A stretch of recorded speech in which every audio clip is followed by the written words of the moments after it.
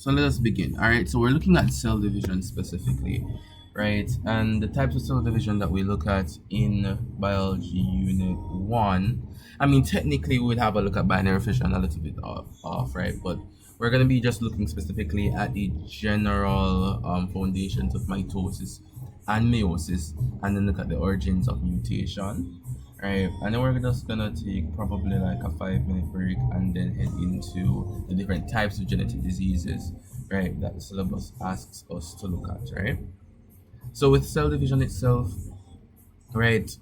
The first thing that we're called to look at is the different parts or the makeup of the chromosome itself, right? And what we're looking at is a metaphase chromosome, what the chromosome would look like, right, in metaphase, right? And we know that the chromosome tends to be the area in which we have genetic information stored, right, within the cell specifically, right? And the chromosome is really this large. It's a macro structure, right, of continuing coils wrapped upon each other, right? So continuing coils of DNA wrapped upon each other. And if we're going to be looking at it, let's look at it from right to left, right? We know that we would have the general structure of our double-stranded helical DNA, right? And those DNA strands generally are compacted around these proteins that we describe as histones, right? And this is what we call a nucleosome, right? So the DNA wrapped around the histone we call the nucleosome, and then these nucleosomes now are ordered within a chromatin fiber, and then the chromatin fiber is wrapped and folded and wound together, right? Well, basically wrapped and wound together, right, in order to create what we call a chromosome, right? So generally, chromatin would be something as relaxed like here in the 30 nanometer projection here within the cell itself as just chromatin fibers, right? And then when we're ready for some amount of cell division, then we're gonna have the condensation of these chromatin fibers, right, into what we call a general chromosome, or what we generally look to be the X-like structure of a chromosome, right? So we know that we have our two chromatids joined together at our centromere. Okay, so everything there should be fine. Okay, so for mitosis now, we know that we look at general interphase. I know that at this level we don't look at G1 and G2 cycles, right? But we have interphase specifically, right? And this, well, the G2 cycle itself, which is a final stage of interphase before we go into mitosis, right? It's really about some amount of DNA replication. So this is where the cell prepares itself for cell division, right? Undergoing all these different types of metabolic activities, which generally takes around 6 to 10 hours, right? In order to really synthesize the proteins, right? And to really duplicate the organelles that it needs to do, right? So we know that in mitosis, we're creating two separate daughter cells from one, right? And we're replicating it where it's basically a clonal replication, right? So what we need to do here in interphase is really to replicate all the necessary components. So we have duplicates to actually separate into two different cellular spheres, right? So that's what interphase is really, just preparing for cellular division, right? Everything there should be fine. Remember, if there are any questions or concerns, just let me know. For prophase specifically, we know that prophase is really the beginning, right, of the entire mitotic division, right? And this is really signaled by the condensing of the chromosomes. So usually the chromosomes exist as just well, chromosomes generally don't exist within the interphase, right? What we're gonna have is chromatin fibers per se, right? And then the chromatin fibers will now condense into what we generally speak to as chromosomes, right? So everybody should generally understand that, right? The nuclear envelope now will now break, allowing spindle fibers to now attach to kinetochores, which are at the centromeres of the chromosomes, right? And then they will actually now try to organize, right, the centromeres along the opposite poles of the cell. So that's what they're gonna try to do in the next stage, right? So the microtubules now, right, would actually attach the kinetochores and the chromosomes, and we know that the kinetochores are just the proteins right there, the centromere. So as we can see here, two sister chromatids are combined together at the centromere, right? And the kinetochores are proteins to which spindle fibers will attach, right? So we have that.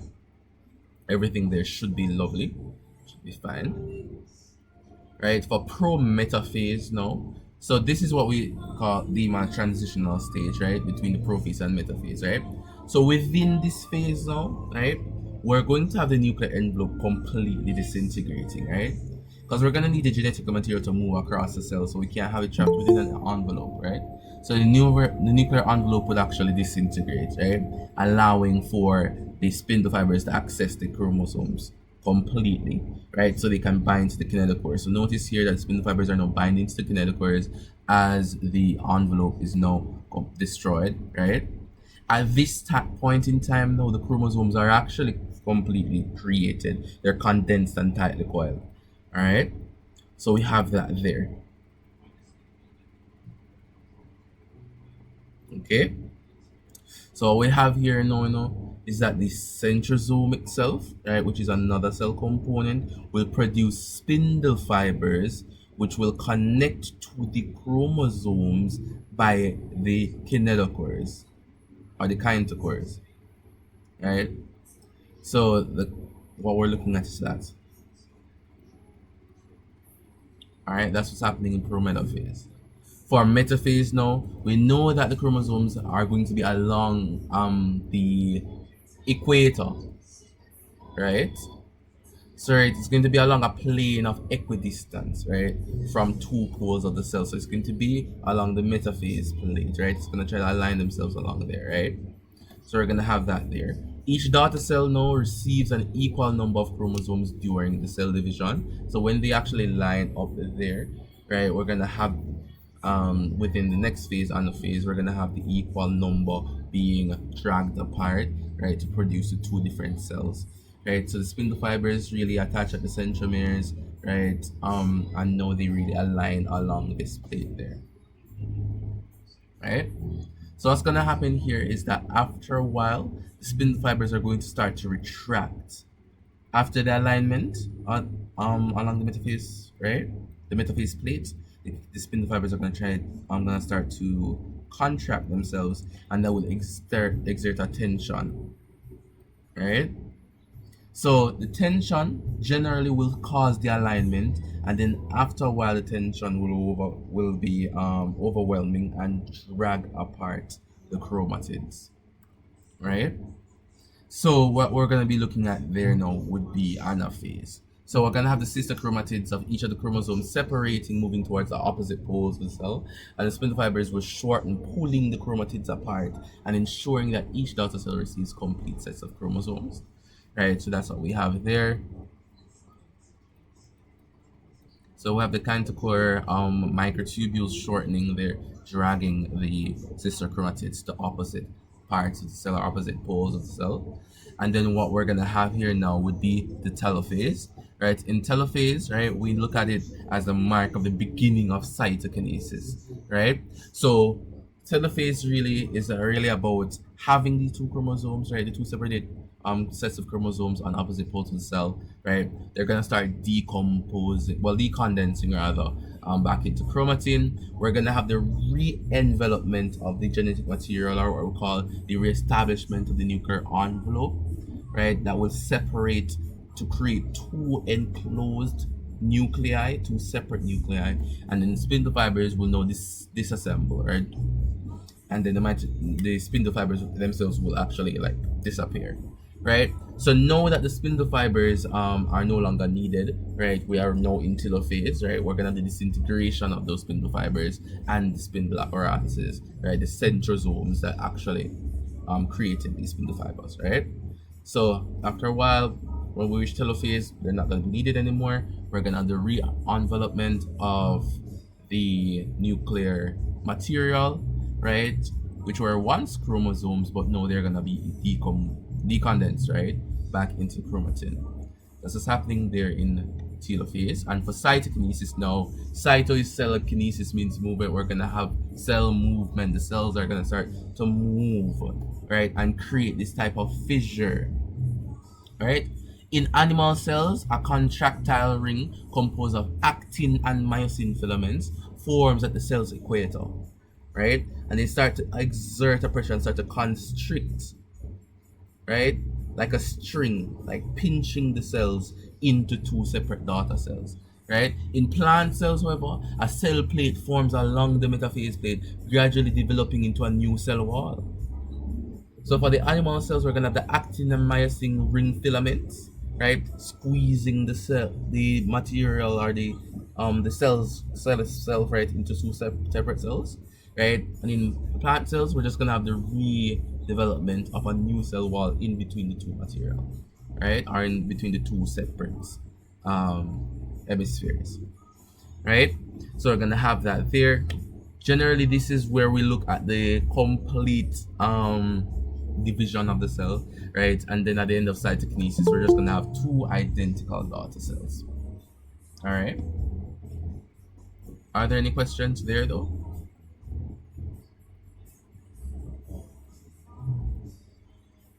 Any questions or issues with mitosis? All right. So let's just have a discussion about the significance of mitosis now. So we know that mitosis will ensure a distribution of replicated chromosomes, right? So what we're talking about here is that we're going to retain the ploidy, right? So if it's haploid, it's going to retain haploid. If it's going to be diploid, it's going to retain diploid. If it's going to be polyploid, it's going to retain the polyploidy, right? It's going to be identical, right? And what we're looking at here now is that the fact that this chromosome number remains the same or it is maintained, right? The genetic integrity of the daughter cells, right, will remain the same, ensuring that we're gonna have genetically identical daughter cells, right? Meaning that they're gonna be identical to each other and also identical to the parent cell. And this is also very, very, very crucial, right, in repair and growth within organisms, right? So we're looking at root growth and development, right? And we know what growth is. We discussed this in section D or E of C-Sec biology when we spoke about the fact that organisms themselves will grow, right?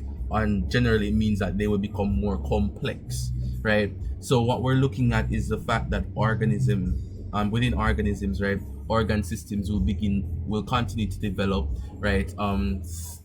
Different organs will get larger, right? We're gonna have the replenishment of, well, not really replenishment in this case, right?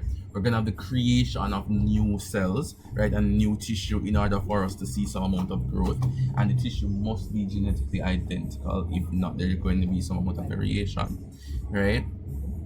And then if we look at something like tissue repair, right, if there's something like a cut or some amount of breach to any parts, any general organ, right? Let's say, for example, the skin, used as the best example, right? Generally, what's happening for the replenishment of the skin would generally be just mitosis, right? Creating new skin cells, right? So mitosis is usually there. One of the most common approaches to tissue repair as well, right? When we look at bacteria as well, bacteria would actually divide by binary fission, which is in some ways, right, are similar to mitosis, right? So here we're gonna have the asexual reproduction in multicellular organisms, right? So it allows for, in single cell organisms it would generally be binary fission. That's what we really talk about, right? But asexual reproduction in multicellular organisms, that is due to mitosis. Right, so we know that it allows for the production of new cells with identical genetic information, right? And we tend to have replace damaged cells or old cells to facilitate growth, right, and development throughout an organism's lifespan. So we generally have that there. What we're supposed to do, right, which objective 2.4 in module 2 is really to discuss the importance of mitosis in growth, repair, and in asexual reproduction, right? And we generally understand these traits, right? Are there any questions or concerns as it relates to this? Everything here should be more or less fine, right?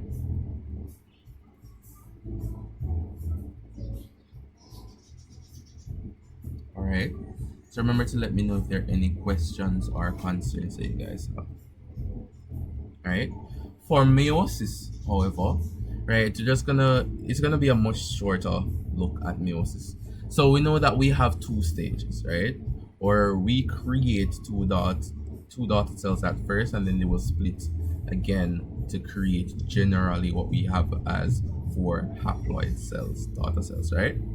So prophase 1 marks the beginning of meiosis, right? So we know that the chromosomes will condense, become visible in the microscope. We're gonna have homologous chromosomes now pairing up at to form synapses, right? Facilitating genetic recombination, right? So we're gonna have the creation of a tetrad, right?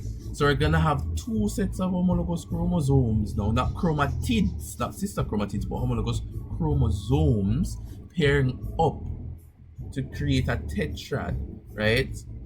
And what we call the chiasma, and we're gonna create the synapsis now, right?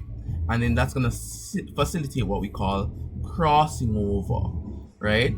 To create new genetic recombinations. So crossing over occurs between non-sister chromatids of homologous chromosomes, leading to the exchange of genetic material. So what we call the tetrad or the synaptonial complex, right, will dissolve, right? So it dissolves, but homologous chromosomes remain connected at sites, right, of crossing over called the chiasmata, right? So we're gonna be looking at that. Chromosomes condense further, and the nuclear envelope tends to break down now, and then the centromeres start to create their spindle fibers, right? So that's what's happening in prophase 1. Now, generally, the synapses what we talk about are the crossing over of the homologous chromosomes in gene recombination. This is what we're looking at, right? So the homologous chromosomes will actually overlap with each other. The genes are arranged linearly along the chromosome's length. Remember, at different loci, genes are present at different loci, right? The genes on the same chromosome are said to be linked, right? So during meiosis now, paternal chromosomes are precisely exchanged can precisely exchange gene segments with their homologous maternal counterparts, right? So this process gives rise to the recombinant chromosomes and this really occurs within prophase 1 as we were talking about, and it occurs at specific locations or loci, right, along the chromosomes called the chiasmata, right? So we're gonna look at this. So this is really the overlapping here. So it causes the new recombination of different genetic material, and this is really the first way how we see that meiosis is drastically different from mitosis, in which we have the creation of new genetic material, right? So from we see this happening, we know that our daughter cells will not be genetically identical. All right, so that's what we have there thus far. Okay, from metaphase 1 now, our homologous chromosomes now, right, align at the metaphase plate, ensuring that each daughter cell receives one chromosome from each homologous pair, contributing to genetic diversity. Now, this also contributes to the genetic diversity, because if we have crossing over creating different recombinant genes, right, they can recombine in multiple different ways, right? So what we're looking at is they can recombine in multiple different ways. This is just crossing over generally, right? But let's say now that they're aligned along the metaphase plate. When they're separated, going through anaphase to go to different parts of the cell now, how can we determine which recombinant chromosomes travel to which sides of the cell? Right? What we're going to have is random segregation and what we call the law of independent assortment arising. Remember Mendel's laws? When we talk about random segregation and when we talk about the law of independent assortment, that is what we're talking about here. Because we can have any different type of chromosome actually being segregated to different parts of the cell, right? So depending on which chromosome, so to which side of the cell, we're going to have genetic diversity emerging. Anaphase 1 is characterized by the separation of homologous chromosomes, right? So we're looking at that now, right? So when you separate the homologous chromosomes to opposite parts of the cell, right, it ensures that the daughter cells receive one complete set of chromosomes, but still remain sister chromatids, Alright, but still retain sister chromatids. Remember, in meiosis, what we have is chromosomes moving. In mitosis, we had chromatids moving. So it's important to remember that difference as well. Right? But we're gonna be looking at in the laws right at the end. Okay, let me see. Somebody's texting. Okay. Right, for telophase 1 and cytokinesis now, we generally know what telophase is. We're looking at the fact that the first mitotic division is now over. We're going to have the nuclear envelope reforming and spindle fibers disintegrating. And by the end of around telophase 1, we're going to have cytokinesis occurring, as we're going to have in plant cells, we're going to have the creation of a new cell wall along the equator of the cell, or in animal cells we're going to have an actin and myosin ring actually creating torsion, right, or tension rather, on the equator, right, of the cells, breaking them into two different cells now, right? Now for the cytokinesis of the first cytokinesis really of meiosis, we're gonna have the division and the formation of two haploid daughter cells, right? So if we have the creation of two haploid daughter cells, we know that when we go through the process of meiosis 2, we're going to end up with 4 haploid. Alright? So if we look at this now, right, I want to look at the law of segregation, right, and the law of independent assortment. Right? So we know that within meiosis 1, we have homologous chromosomes pairing up, right, and undergoing crossing over. We know that, right? For genetic recombination. Okay, so in prophase 1, we're gonna have the tetrads, right, and we're gonna have the creation of what we call a synapsis, right? Within anaphase 1 now, the homologous chromosomes are going to be separated to opposite parts of the cell. Now, it is crucial to note that specific homologous chromosomes, right, from the father and from the mother, right, goes to each part of the cell, right, to the different daughter cells, right? So specific information. Okay, so this really speaks to the law of random segregation. All right, it ensures genetic diversity among resulting gametes. Right, so if we have some amount of information or genetic information coming from the male and some coming from the female, right, when they actually cross over like that and then start to segregate now, right, we're gonna have one haploid cell actually. Well, in this case, right, we're gonna have one haploid cell with some amount of genetic information, and the other haploid cell will have some amount of genetic information which is different, because we're gonna have the mixture of the maternal and the paternal alleles, right? So they're gonna be different. So when we're gonna be looking at something like that for meiosis, right, we're going to have two separate copies, right, of each different genetic factor. Right? So what we're going to be looking at here now is that the fact that the offspring itself will not return, but retain different characteristics, right, of the parents, right? So when the parent creates different types of gametes, right, we looked at some amount of gametogenesis before, right? If we're going to be looking at the creation of gametes specifically, it really, what we're looking at really is meiosis, right? We're going to take our genetic information, we're going to switch it up a bit, and then we're going to put that information now into the gamete itself, right?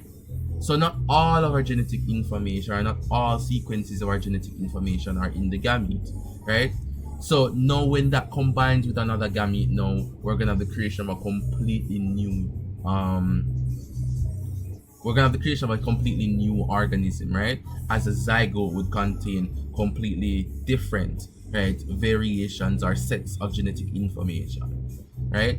So what we're looking at here is really just law of segregation there, and it's stated here at the side. So the law of segregation states that two copies of each genetic factor segregates during the development of gametes, right, to ensure that each parent's offspring retains one factor, right? So we're gonna segregate the information, right? So the genetic information to create the different gametes, right? So the law of segregation really speaks about gametogenesis, really and truly. Okay? So this is generally what's happening when we talk about the meiosis in oogenesis, right? And the meiosis in spermatogenesis. Okay? So when we look at independent assortment now we're going to be looking at detailed aspects of what happens with crossing over and what happens in anaphase, right? Or well, metaphase and anaphase when crossing over happens, right? So with the mechanism here, right, of independent assortment, remember there are mechanisms, right? We're describing things that happens within the cells in meiosis that really brings about some amount of genetic diversity. So when we look at metaphase 1, right, homologous chromosomes, right, align at the metaphase plate, or the they independently assign, right, with each other. And that's what we're gonna be talking about. Right? When the chromosomes actually line up along that boundary, right? What we're talking about here is that the different chromosomes, right, can actually line up in different ways, right? So if we have, let's say, 3 chromosomes, right? So let me see if I can create a better look at what I'm speaking about. Okay, hold on.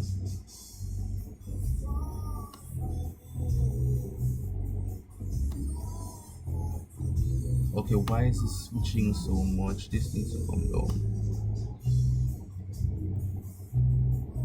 Alright, so what I'm basically speaking about here is that when we have the homologous chromosomes, we can have them organizing around the metaphase boundary at actually different assortments, right? So if we have like 3 chromosomes, so let's look at that. So if we had 3 chromosomes, right, we have chromosomes, well, it technically would be 6, right? So if we have something like A, B, C, right, we're gonna have D, E, and F.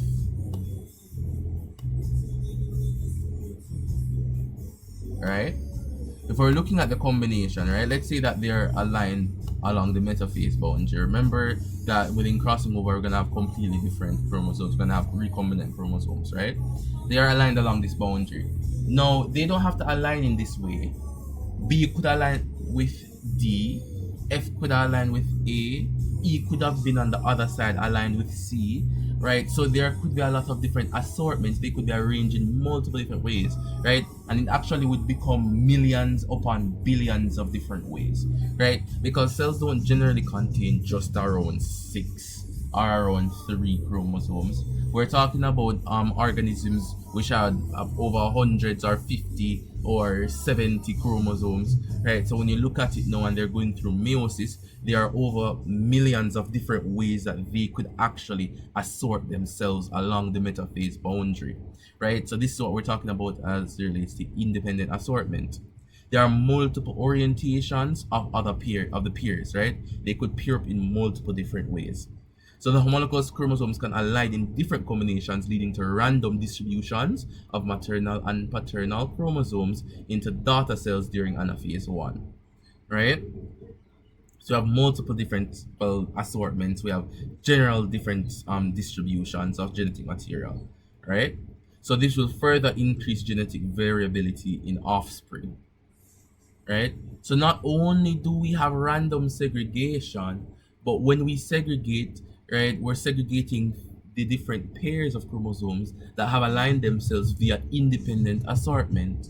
So we're looking at the mixed match of genetic information and the fact that this will arise to a multiplicity of different variations of organisms or offspring that can be produced, right? So this is generally what we're looking at.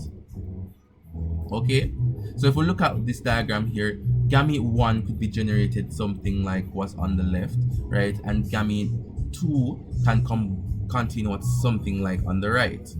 So this is how we're gonna have different genetic traits coming from different parents, right? So you would actually produce a random assortment of genes, and then when that now fertilizes, right, another gamete, right, that gamete itself would actually have a completely varied genetic variation as well, and they were combined now to create a zygote that is completely new, right? So that's what's happening here for meiosis, right? So for prophase 2, metaphase 2, anaphase 2, and telophase 2 are generally the same thing, right, that occurred in meiosis 1, right? well, similar to mitosis, right? It's really the same thing as mitosis. We'll look at the meiosis 2 is generally the same thing as mitosis, but we know that we're gonna have genetic variants on our sister chromatids, right? And this will lead to sister chromatids, resulting in the formation of four haploid daughter cells, each with unique combination of genetic materials, right? So when we look at this process, we can really use it to really speak about oogenesis and spermatogenesis, right? Remember when we talk about oogenesis and spermatogenesis in the way in which, right, we're gonna have mitosis first, and then we're gonna have two sets of meiosis, right? So when we have the two sets of meiosis, we're gonna have random segregation and independent assortment that creates different gametes, right? So when we look at different spermatozoa, right, each spermatozoon is genetically different from another spermatozoon.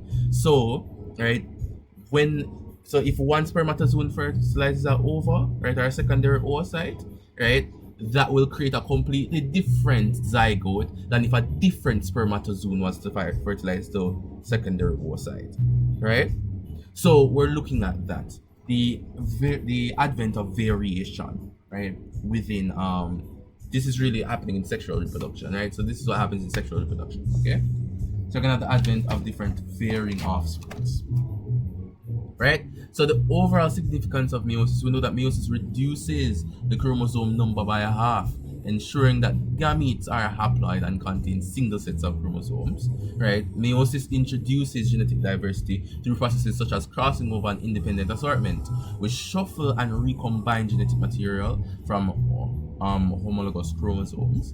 And we know that meiosis is essential for sexual reproduction as it produces genetically unique gametes that can fuse during fertilization to actually form a genetically diverse offspring.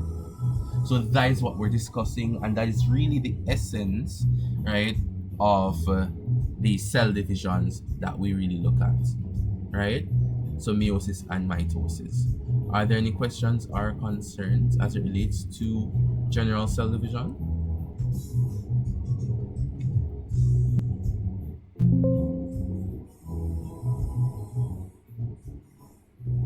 Any questions or concerns?